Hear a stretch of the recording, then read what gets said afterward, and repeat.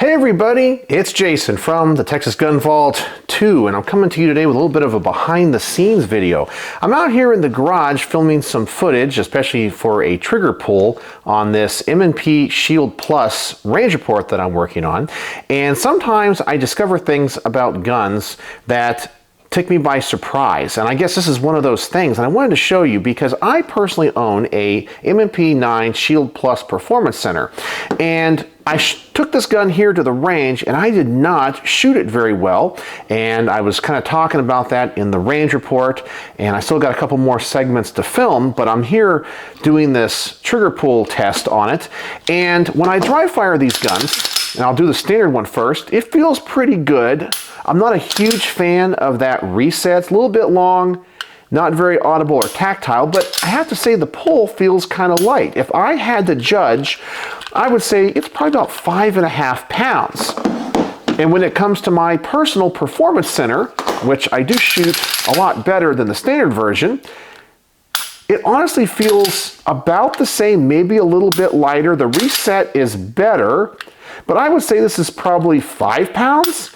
However, I just filmed the trigger pull part of the range report, and I want to show you something that I discovered. So let's take a look here at the standard one. And by the way, this is on loan to the channel from Colin. So Colin, thank you so much. And the trigger pull gauge was given to the channel by Craig. So thank you so much, Craig. So let me start this thing up and let me get rid of the averages. All right, here we go. I'm going to show you the difference. So here is the standard 6 pounds, 6.8 ounces.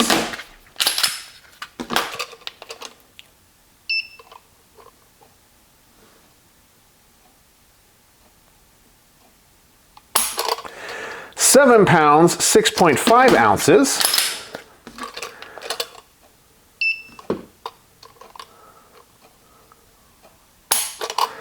That one was 6 pounds.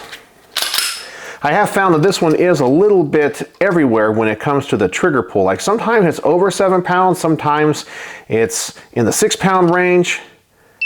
Here's the next one. And I try to put it on the same part of the trigger every single time to make it as consistent as possible. All right, so that one went to 6 pounds, 13.3 ounces. And let's do one more.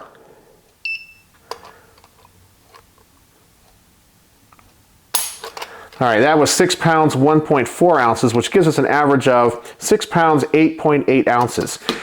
I'm going to tell you, that trigger does not feel like it is 6 pounds, 8.8 ounces in general. Now let me show you the Performance Center one, my personal gun. And let me clear the average out here, and let's do this one.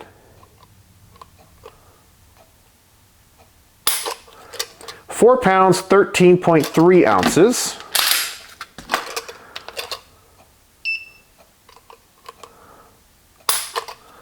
That one was 4 pounds, 0.1 ounces.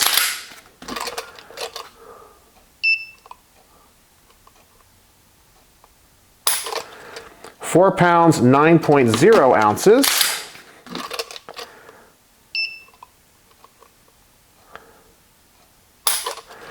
£4 pounds, 8.3 ounces.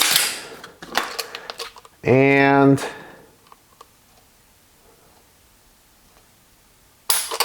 that one was 5 pounds, 0.6 ounces. So an average of 4 pounds, 9.4 ounces.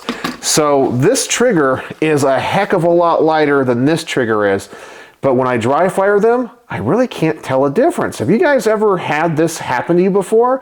And I've run this a number of different times, and the trigger pull gauge, I guess, can't lie. So this one is consistently almost sometimes 2 pounds heavier than this one, but it doesn't feel like it. The reset on this one is definitely better. So I just wanted to point this out because this is the difference between a standard model and a Performance Center model. So you can decide with this data if you think a Performance Center model is that much better and worth the extra cost. So anyway, this is just a little bit of a behind the scenes video of something I discovered about the M&P Shield Plus.